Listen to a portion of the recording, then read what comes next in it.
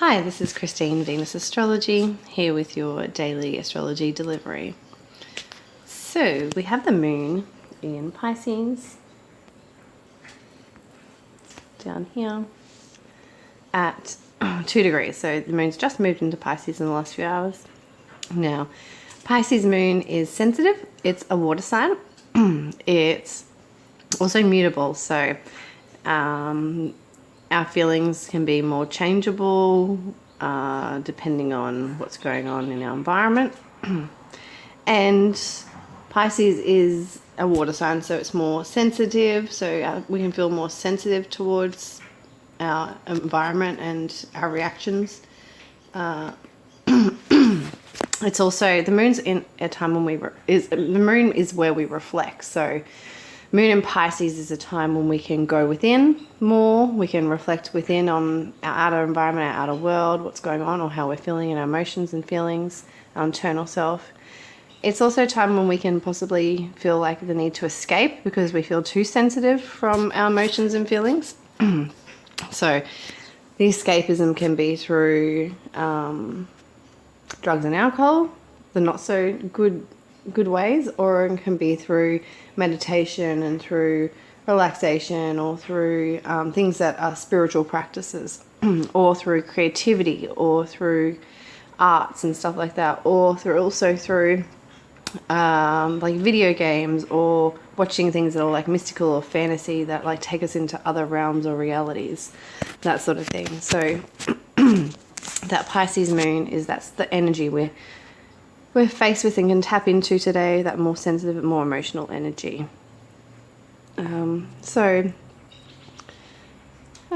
What else is going on today?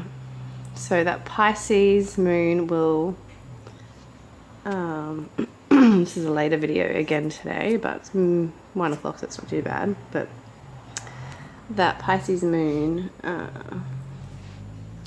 will, right now it's conjuncting with Vesta. So Vesta is where we invest, invest our time and our energy in relationships, in people, in projects, whatever it is. So the moon, we can be feeling and reflecting and tapping into that energy as well today. And now, and over the next few hours, into this evening or early morning for the other side of the world. So the moon will also then, which is interesting, it will move throughout the day, later tonight. Let me just check for the morning because I'll be doing this again. That's in the morning. Let me have a look.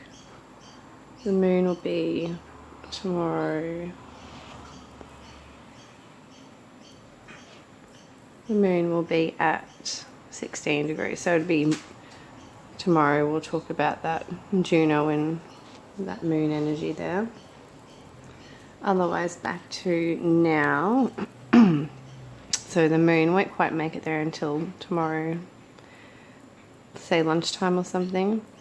Otherwise, the focus is basically, that Vesta energy, as I said. And then what else? There's a semi-sextile with Jupiter, which is just going to be expanding that, Jupiter wants expansion and growth, and it gives us abundance and gifts and rewards from that, and opportunities when we expand and we grow and we show up, or not, it's not show up, that's more Saturnian, but just be open to the blessings. So that semi-sextile is just going to enhance that energy a bit that we spoke about with that Vesta energy, where you're investing your time and your energy, and there can be some emotional reflection time around that. But again, it's that Pisces energy, so it's very much going to be, we can tap into that romance side, or feel romantic, or be able to write some poetry or something like that. We can just feel more mystical, poetic, more romantic, more desire to escape. So I guess that Jupiter energy could be there too, where don't overdo it. Don't overdo it with drugs and alcohol or anything like that, especially if it's feeling intense about this emotional investment where you're emotionally investing your time and energy. and whatnot. So tomorrow the moon will make an aspect with Uranus and all of this other stuff. Oh, there we go. What do we have there? So the moon is in a square in 90-degree angle there with this as well. So Mercury is all about communications, our thoughts, our mindset, our ideas. So there could be some tense communication, some restrictions, some boundaries, some obstacles that come up with those things, those feelings around, you know, our emotions around where we're investing our time and energy and all of that. Also, the Mercury and the moon is just, and that square can be some intense conversations about where we're feeling restricted or where we're you know, needing some boundaries, or also where, especially if that Pisces and moon energy, it dissolves boundaries, or maybe it's possibly where we need to dissolve boundaries. We've got too many boundaries. It's also a reflection maybe on at the lessons that we've learnt, especially when we're talking about Mercury, which is the mind and our thoughts and thought processes. So it's also could be where we need to, we're being shown, or we can, in our mind, you know, with our mindset, where we need to be more stricter with maybe some kind of spiritual practices or something like that that help with our emotional well-being, whether it's like walking in nature more often, or doing more meditation practices, or having more time to retreat and relax, because that Pisces energy is about retreating as well, and whether that's through whatever source, but it's like retreating away from the world in a way. It's also a god-like energy too, so it's like, where are we not being in our, you know, true, authentic spiritual self?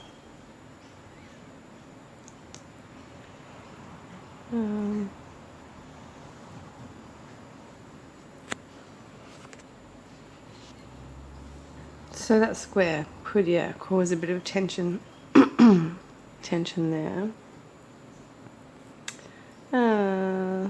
And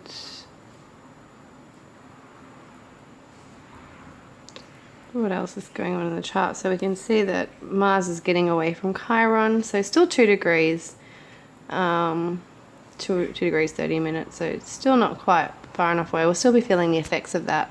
So, you know, healing our wounds around us taking action on things that we want, that we desire, around our identity and who we are, and us becoming our true authentic selves, us integrating the wounds of our past and bringing them into like our, not bringing them into our future, but using that as our, you're seeing, finding the strength in it and the power, because Mars is all about that strength and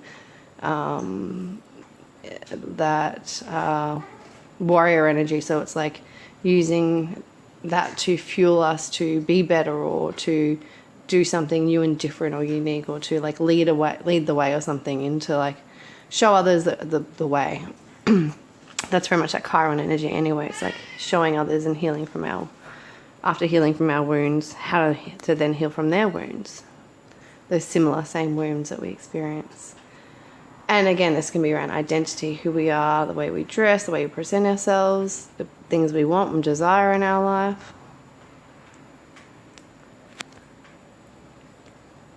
Around being a pioneer, a leader.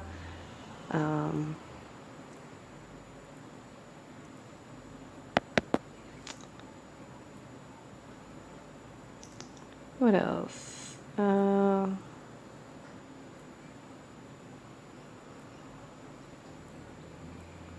we can see that the North Node and Uranus are starting to come together more too. And eventually Mars will meet them, the two of them. I think it's in, is it end of July they meet? So Uranus and Mars and North Node conjuncting is going to be very, I don't know what to say. I don't know whether to say intense or crazy or what, but those three together, like the North Node is, in Vedic astrology, is considered malefic. And then we've got Uranus, who likes to shake and stir things up and rebel. And then we have Mars, the god of war, all coming together. So collectively, so for, you know, for the world, who knows what that's going to trigger. Just even Mars and Uranus by themselves coming together. But then, you know, Rahu, the head of the dragon, the North Node, also coming together, which is another malefic energy. So that will be interesting to see what happens in the world, and obviously it'll affect our personal lives too. So yeah, Venus is moving away from the North Node now. She's 4 degrees away, so she's moving away from that destiny moment between our money and finance, our relationships, fated things that are coming, that have triggered us, or that we've seen or have come into our life or have opened up for us, have put us on a certain path.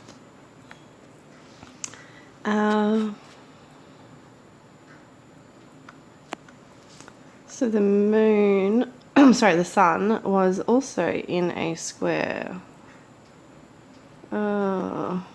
with Neptune.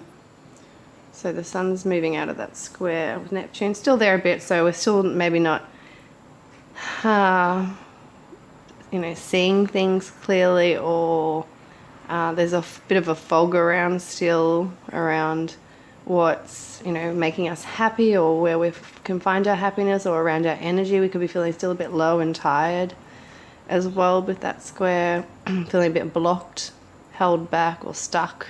That could be making us feel stuck too. We're not able to vibrantly go after and put our energy out there and shine our light. And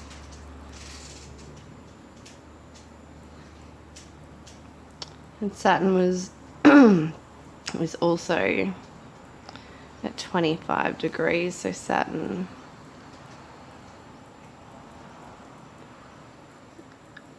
in a trine with the sun. I don't think I spoke about that yesterday. So Saturn trining the sun, so that is, you know, probably helping us to make more plans, about, because it's in Gemini too, so it's like helping us to plan the future and to see the possibilities and the ways of the future, and how we can get involved with other people, and also see the higher, bigger purpose about things, and especially Saturn involved why we're having to be responsible, and why we're having to show up, and why we're having to put in the hard work, and why there's certain boundaries that need to be made, and what lessons, you know, we've had to learn or whatever. Like we could be, you know, going through the process of the information of processing all of that and seeing all of that and understanding all of that with that sun there in Gemini, and with that square trine. So it's like helping us. It's like opportunities if we can tap into that energy and use it for useful. So we could be, yeah, coming up with, you know, ideas and plans that are helpful, that help us to ground and to help us to build and work with something that involve, you know, maybe other people or the community or the bigger picture, or the higher aspirations, or, you know, that are involved with the future, I guess, or that are inventive. And it's information and ideas and our mindset and our thinking, communicating, and it involves other people.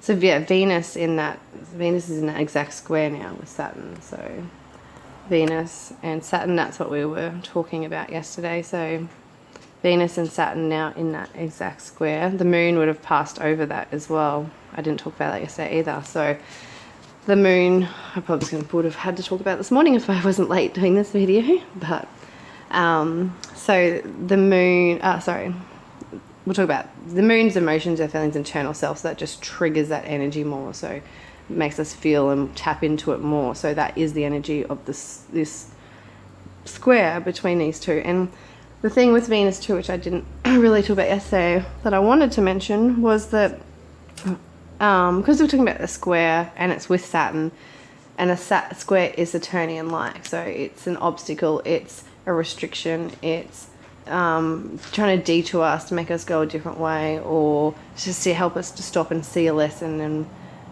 it's in retrograde too, so it's very much, the retrograde energy is all about reassessing, reevaluating, rethinking about things that we're building and committing to, and that we're showing up for and putting time and energy into.